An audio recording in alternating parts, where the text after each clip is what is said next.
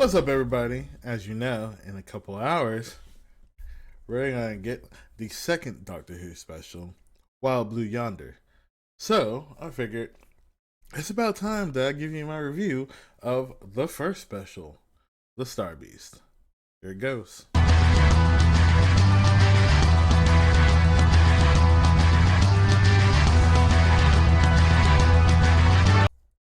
Okay, before we get to the rest of this video, this is editing zero out here, trying to let you guys know, and I don't even know how I ended up wearing the exact same shirt, but yeah, I didn't get to be footage for this particular video. I'm going to get it later and then re-edit the video, but I really wanted to post it on the time of when I wanted to post this. So Wild Blue Yonder is coming out a little bit later on today, so here's my actual review of the Star Beast, and be prepared for a edited version later on. I've just been way too busy.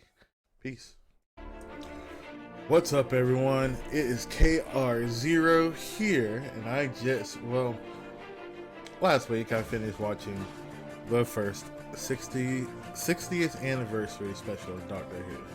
Technically, I watched it maybe a couple of days of the recording of this, but that's neither here nor there. Anyways, all I have to say is it was amazing, at least in my opinion. Okay, seeing David Tennant and Catherine Tate back as the Doctor and Donna was just chef's kiss. Okay, they really play well together. When I first heard stories of them filming the 60th anniversary specials, I was wondering how they were going to do it, how it would work, but Russell T Davies found a way. All the cast was wonderful as well. Seeing Carl Collins and Jacqueline King reprise their roles as Sean Temple and Sylvia Noble, Donna's husband and Donna's mother, respectively. Once again, it was great.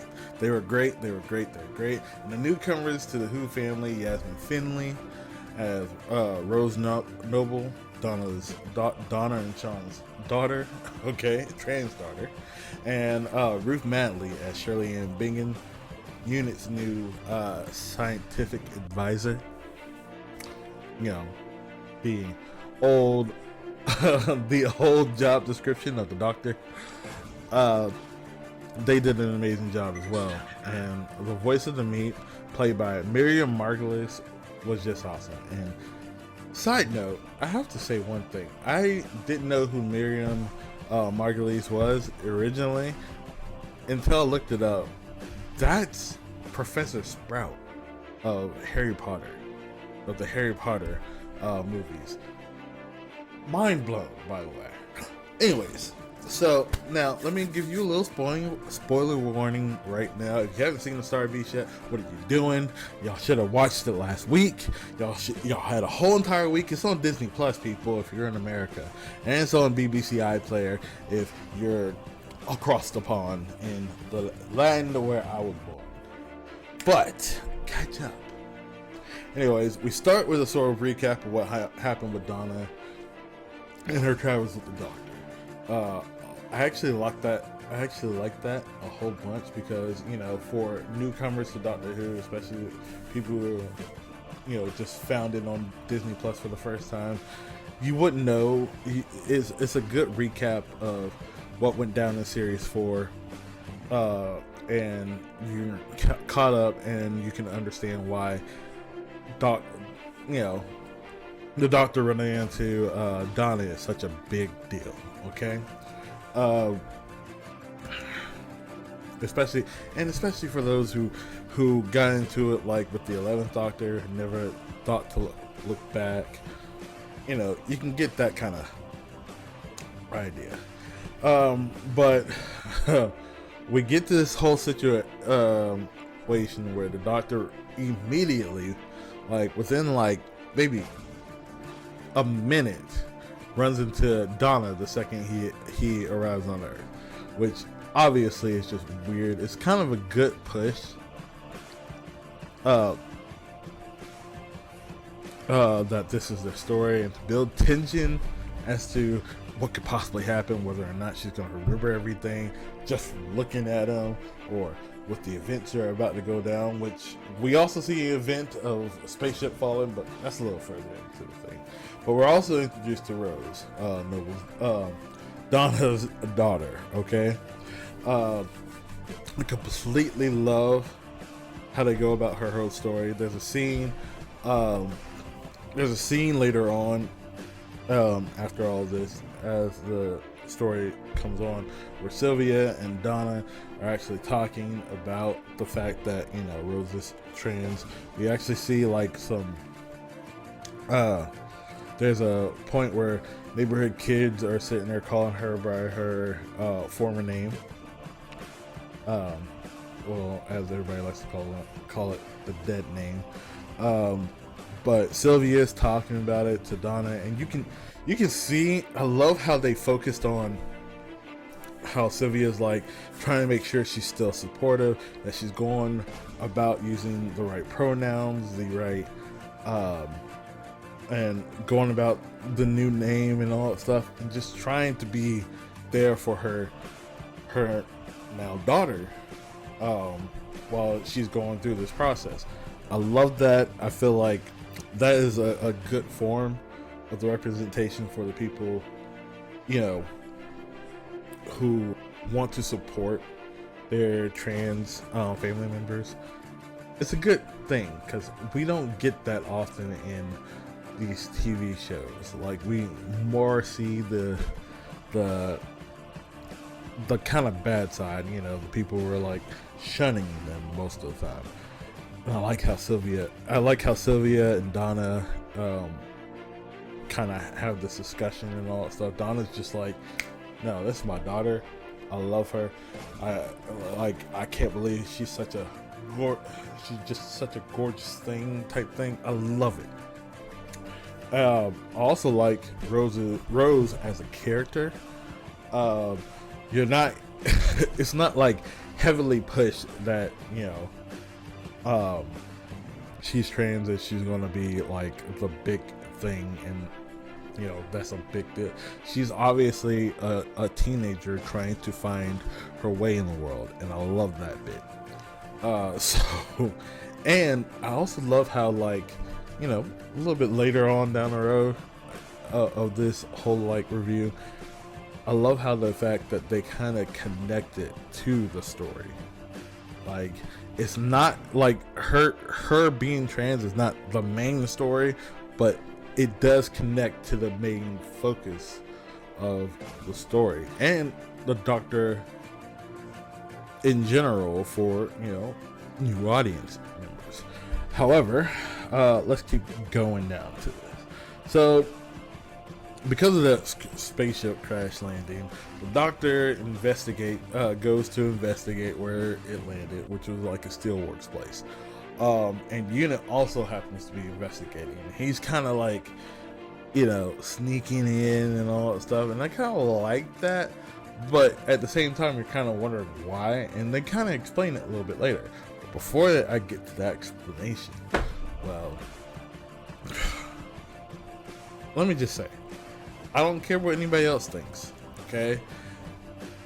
The new sonic screwdriver, the new function of the sonic screwdriver, I actually like that. As a sci-fi geek, I feel like this was long overdue, and I understand they probably couldn't do it with the budget they had in the past, but now we got Disney money, so we're gonna go even higher on the graphics and all that stuff. But I love the Doctor's new sonic screwdriver. I love how he can make like a little monitor to like kind of figure out a whole bunch of stuff about the spaceship. I also like that, you know, again, later in the episode, he makes these kind of bulletproof shields in order to like help escape a, you know, firefight, battle between two opposing sides. I love that bit. But you know, we're talking about back to the whole thing. We're introduced to you know, new wheelchair bound which another thing I love about how we got that kind of inclusivity as well, because you don't really see that many like wheelchair bound characters that are actually good characters in Doctor Who. I didn't realize that until I found out about some of the backstory of that Children in Need episode, where you see Davros before the incident and all that stuff. I didn't really realize that, but I'm so used to I'm already used to wheelchair bound characters who are good.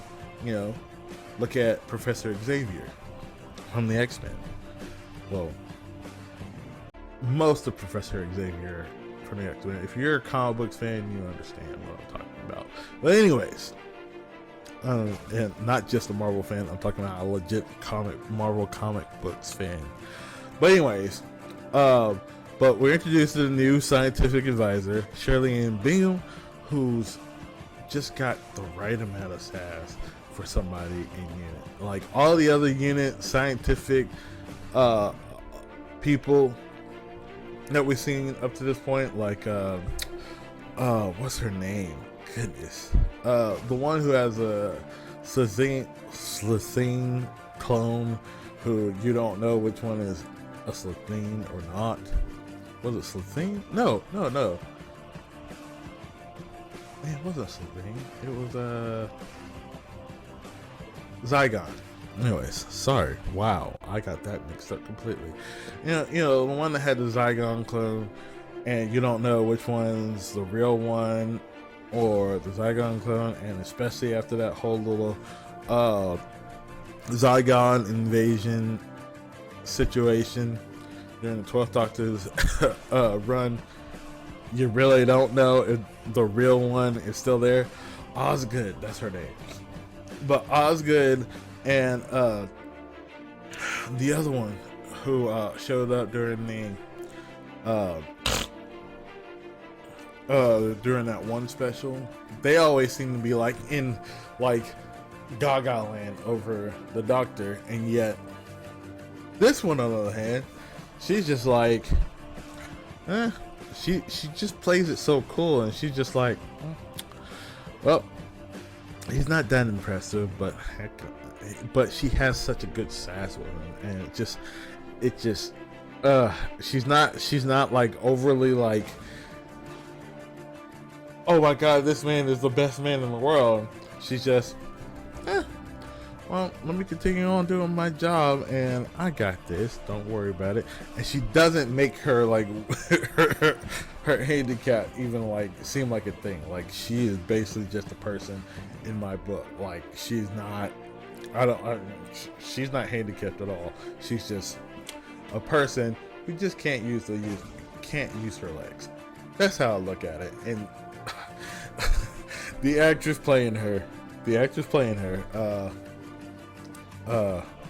Ruth Madley, oh my god, I need to see all of her previous shows or movies, and I need to see her in everything. Okay, she is just delightful, and I can't wait. I need to see more of her. Okay.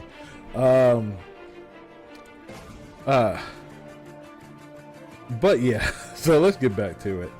So back to the Nobles. We see that Rose has discovered the Meep, a cute little furry alien that ends up hiding in her shed. And Donna also discovered it in a really funny scene that was obviously spoiled beforehand. But now we get the Doctor, who just happens to be in the same neighborhood because of the Meep's pod that we run into. And this is little thing about Sylvia. If you watch series 4 of Doctor Who, Sylvia was she just seemed like such a hard ass, and it didn't seem like she really cared for Donna, but in this part she really kind of cares for Donna, because she sees the Doctor in the face that he has, and she's like, you. And she's sitting there like trying to stop Donna from like knowing anything about spaceships and all that stuff and aliens and all that stuff. And she's sitting there like trying to be invisible, but you can see that she cares about Donna. She doesn't want Donna to die because she took tense like things seriously and all that stuff. Like, but of course, the doctor hears Donna screams about like the meep and all that stuff and trying to get rid of it, and he shows up and he's trying to take care of everything. And I do love the mention of Wilf.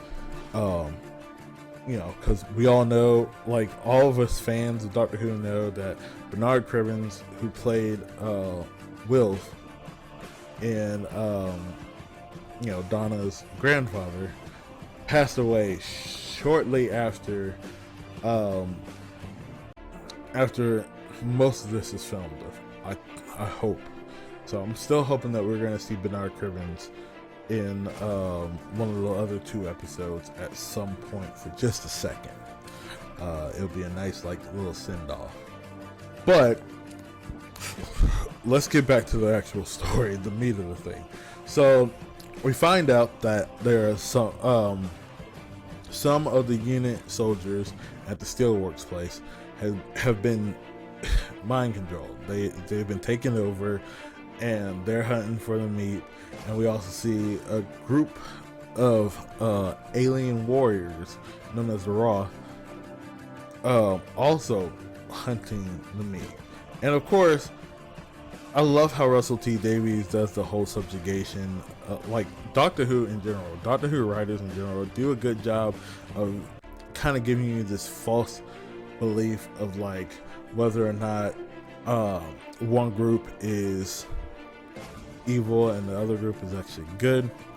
And this one, the Raw seemed like they're the obvious bad guys, and and whoever's possessing unit is just like, oh yeah, well we're actually the good guys or something like that. You don't know which one's which, but they have a firefight, and the Doctor, like I said, uses the Sonic to make bulletproof shields, and him and the nobles and the meat all escape through in what was kind of a cool scene, like a huge firefight in the middle of the streets of London, of a London suburb. And the Doctor, Donna, Sylvia, Sean, Rose, and the meat are all just kind of trying to escape in the lofts of all these different of all these different houses that are like connected to each other. It's peak Doctor Who. I mean, shoot. So they eventually escape, and they're trying to escape, and at some point, like, the Doctor realizes, wait a minute, these, you know, Wrath aliens, these aliens, when they were shooting at the car, there's no burn marks. So he immediately calls like a little court thing, pulls out a wig out of his little thing, and he's just like, I bring this court to order. Brings in the 2 of the Wrath soldiers and puts the meat there, and it's like, okay, let's figure out what's going on. I want to know what's going on. And then, well, the meat pretty much like drops all pretenses and shows her true colors. The meat's true colors, and the meat is the bad guy. I mean, the way it goes from cute little furry alien to just being like sharp tooth, evil eye looking furry little alien. Oh my god, crazy. And it kind of scared me for a second. I'll be honest, it kind of scared me just a tiny little bit, but damn, that was good. And you know, the Doctor, like, I mean, the whole backstory of the meat is crazy. The sun on their home planet went weird and became psychedelic, got subjected to being psychedelic and subjected the meat and the meat's people race to it, and it turned them from being peaceful little things to being like evil little beings bent on destruction, killing everything throughout the universe, and eating, like, ripping into their enemies, like all other life forms, and eating them for dinner. Okay, it's just crazy. So the doctor and the nobles all kind of saved by Bingham, and split up, with Donna randomly going with the doctor, and she literally says, "I need to go with the doctor." Donna throughout this entire moment still has not remembered anything. She doesn't know everything, and yet you can see like certain things seeping. Like she explains, like at the end of what was it? The End of Time, which was the original last episode for the 10th Doctor, David Tennant's original role as the Doctor. He gave her a triple winning lottery ticket that would have been worth a whole bunch. It was worth 166 million UK pounds. Okay, UK pounds. That's a lot of money. That's I would love that money. Okay, everybody would love that money. Heck, in American, I forget the American amount, but it would be close to like maybe almost $200 million. Okay, so she gave that over the course of all the adventures the Doctors had since to this point of time, 15 years later. No, wait, yeah, was it 15 years later? Oh, it's been 13 years later. 13 to 15, I can't remember. Over the course of that time, right after she got that, she gave, besides getting a house, she gave away all that money. And the reason why is because she wanted to be like him. Well, him in regards to the Doctor. She didn't realize that she was talking about the Doctor, but she just wanted to help people. And I'm laughing because of, I'm about to get to the actual thing of it. But Donna realizes that, the Doctor might need her help, and she literally says, I can't just go with you guys and escape when I know the Doctor needs me, and she runs to go help the Doctor. The Doctor hasn't even given her his name throughout the entire episode. And Sylvia looks at it and she's like, she said the Doctor. And she's scared because she's thinking, oh, Donna's starting to remember it and she's about to die. So, Donna joins the Doctor on the spaceship to kind of stop the spaceship from going, because if the spaceship takes off, it's going to destroy all of London. Like it has a dagger drive which punctures a hole into the Earth's crust and uses that energy to propel itself out of the atmosphere. So by the meat just taking off, it'll just screw up all of London. So many people dead immediately. And so they're trying to do this. They're trying. The Doctor's trying to stop everything, not letting Donna do anything. And then a glass shield comes down. And when I saw this, I realized this is kind of a nod to how the 10th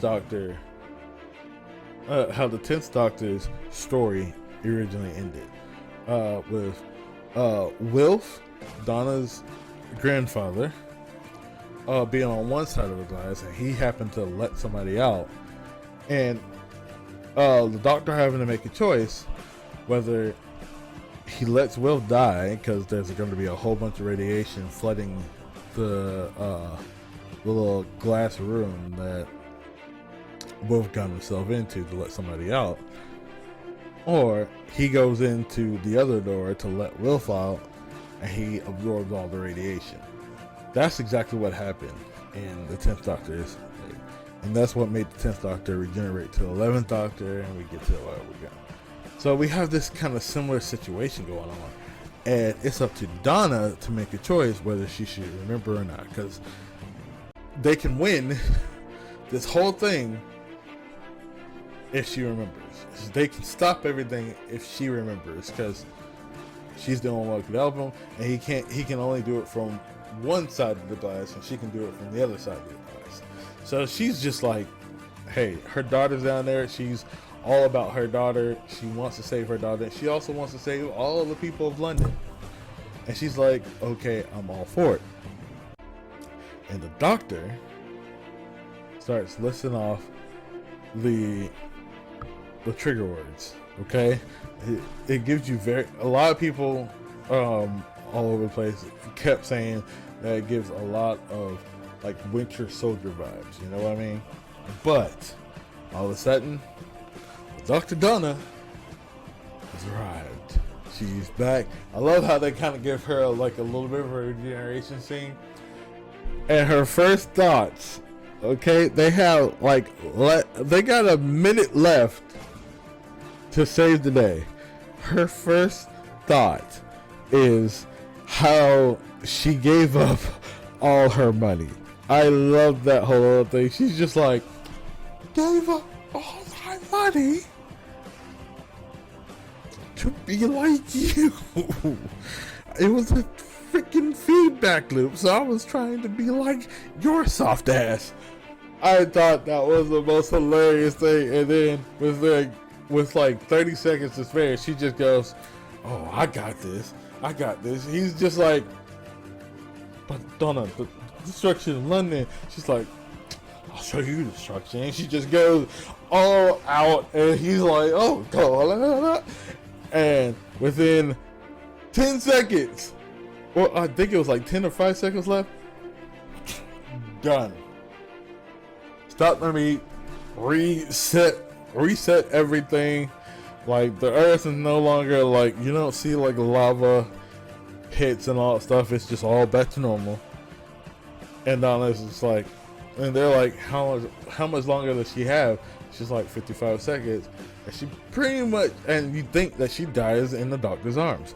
Turns out, the meta-crisis energy, which is what happened to Donna, split when Donna had a daughter, when Donna had a baby. A bit, half of that, like meta-crisis energy that threatened her life, went into her baby, her daughter. And this is what I was telling you about, how like the Rose being trans thing kind of fits into the story narrative and all that stuff. The second like the Doctor like released the mind hold on the meta crisis on the Dr. Donna and all that stuff and all of her memories, it released inside of Rose as well. And since Rose transitioned, she's kind of non-binary, and the doctor can be a man or a woman, or nobody, or non-binary, or anything else, a whole list of things. So it fits in with the narrative of the doctor, of what the Doctor can be, about what Time Lords can be. It was just, I loved it. I loved that whole idea of it. It was grand. And funny thing is, Rose actually is becoming like Dr. Rose in a way. Actually helped save the 14th Doctor and Donna from nearly getting killed by the mind-controlled unit. Mind-controlled unit. So of course they saved the day, they stopped the meet, all that jazz. However, the meet before being taken away to be in prison and all that stuff. It turns out that she gives like the doctor a little cryptic little thing. Well, a creature with two hearts is a rare thing. I can't wait till I tell the boss. And of course, it was very cryptic, warning and all that stuff. And the doctor's like, oh, like that. And he's trying to figure out what to do about Donna and Rose, because at any given moment, like, who knows how much longer they have, that meta-crisis energy could still kill them. And they just had this little thing where I thought it was a Donna sass thing, and the sass passed down to her daughter as well, and this is where a lot of people kept getting upset about it. I saw it in a few reviews, how Donna and Rose pretty much was like, oh, well, if you had still been a woman, if you didn't regenerate back into this face and all that stuff, you were still a woman, she would have understood, hey, we could just let it go. Now, a lot of people are so upset about that, but I look at it like this, okay? When Donna became Dr. Donna, right? She got blasted. She all of a sudden had the mind of a Time Lord with the ingenuity of a human being. We are very creative. We are very have come up with, sometimes a lot of us can come up with different ways to come at a problem. And, with the doctor's whole knowledge, plus with Donna's like ingenuity, that's how she saved the day during Journey's End, her last story, her last official story as Donna that we knew. And so during that whole little moment, her first thing when she first became the Dr. Donna was to stop Davros' plan. And then, of course, since it just happened, she didn't realize the real effect that it was going to have on her. And they were kind of in a rush throughout the entire situation. Like, they went right after they stopped Davros' plan, they sent all the other planets back to where they were. They got caught up before they could finish, sending the last planet, Earth, back to where it belongs in the universe. So they drove it. And then, like, what was the other thing? Oh yeah, they dropped off all the former companions that had somehow ended up in the same area trying to stop Davros and all that stuff. They even brought the Meta-Crisis 10th Doctor and Rose Tyler back to the parallel Earth, or parallel dimension that Rose was originally stuck on. They did all of that, and as soon as they finished that, that's when, oh yeah, it was about to affect her and about to kill her, and he had to wipe her memory, pretty much block all of her memory so that, she wouldn't die. She wouldn't burn up from the energy of that Meta-Crisis regeneration energy. So she didn't have time. Okay. Now we find out that her Meta-Crisis energy is split. It gives them a little bit more time, and you don't know how much time passed between them stopping the meat and them sending the meat off. So at any given time in that process of time, they know, like, both Rose and Donna know that they have a time limit, and they need the next big thing they have to figure out is how to deal with this Meta-Crisis energy. They had time to talk. They had time to think about these things. And of course, they thought of something that the doctor wouldn't even thought of, because he was just more focused on the problem there right at that exact moment. He knew his friend was going to die, and he had to stop her brain from exploding, so he couldn't think in that kind of terms. She now has time; she could think about it. And I also, like, while I was driving around, I realized that it has like a little bit of a connection to something that was said in the 50th anniversary about how the Doctor remembers things. And, like, you know, you had 3 different doctors, right? You had the War Doctor, you had the 10th Doctor, and you had the 11th Doctor. And the 10th Doctor and 11th Doctor was the War Doctor was asking 10th and 11th, hey, what happened? And the 10th Doctor's like, I remember all the lives that that were taken that day. And the 11th Doctor's like, I can't remember. And the 10th is like, what do you mean you can't remember?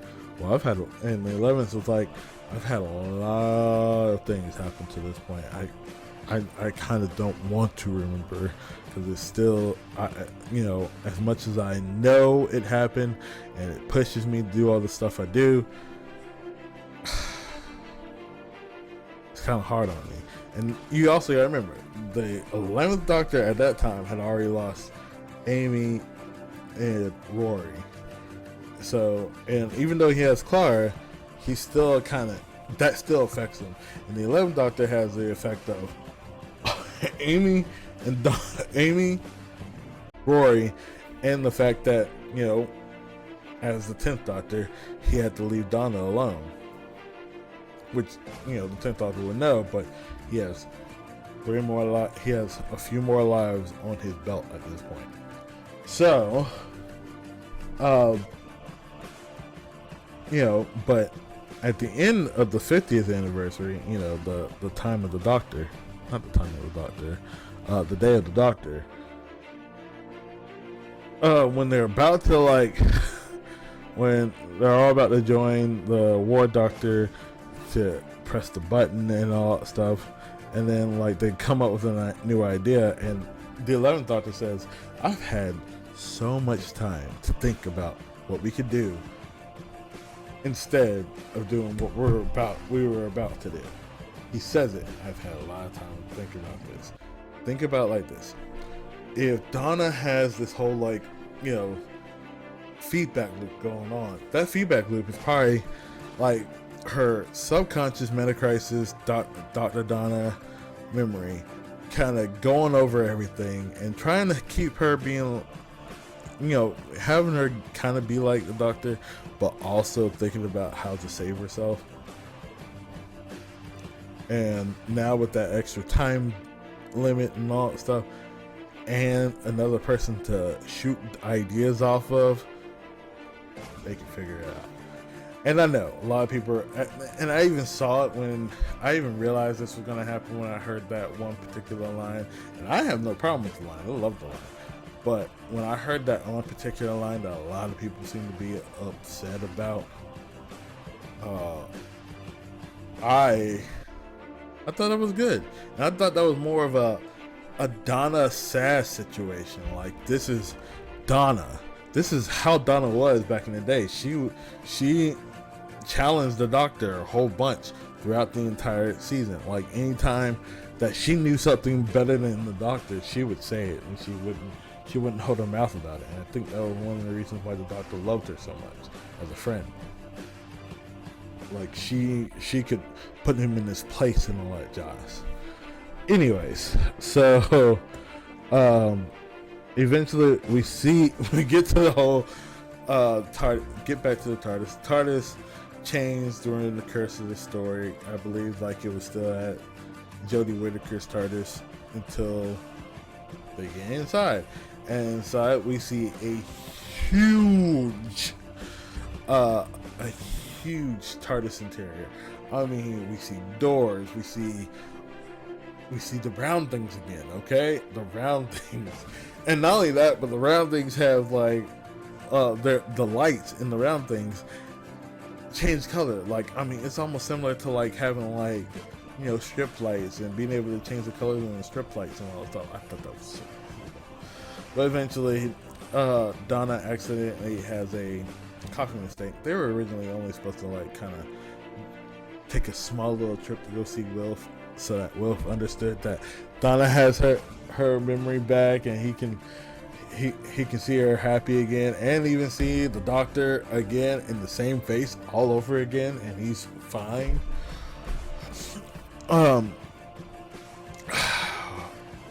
But there were so many nods to all this stuff, and I thought that was so good. I love this episode. I cannot wait to Wild Blue Yonder. It's going to be great. And look, I scripted this episode. I actually, let me just go ahead and leave you with this. I scripted this episode, okay? I scripted the hell out of this episode. Hopefully I did a good job of it, but I won't lie. I went completely off script with this. Like, it's still slightly within the script that I made, but I went off script with this a little bit.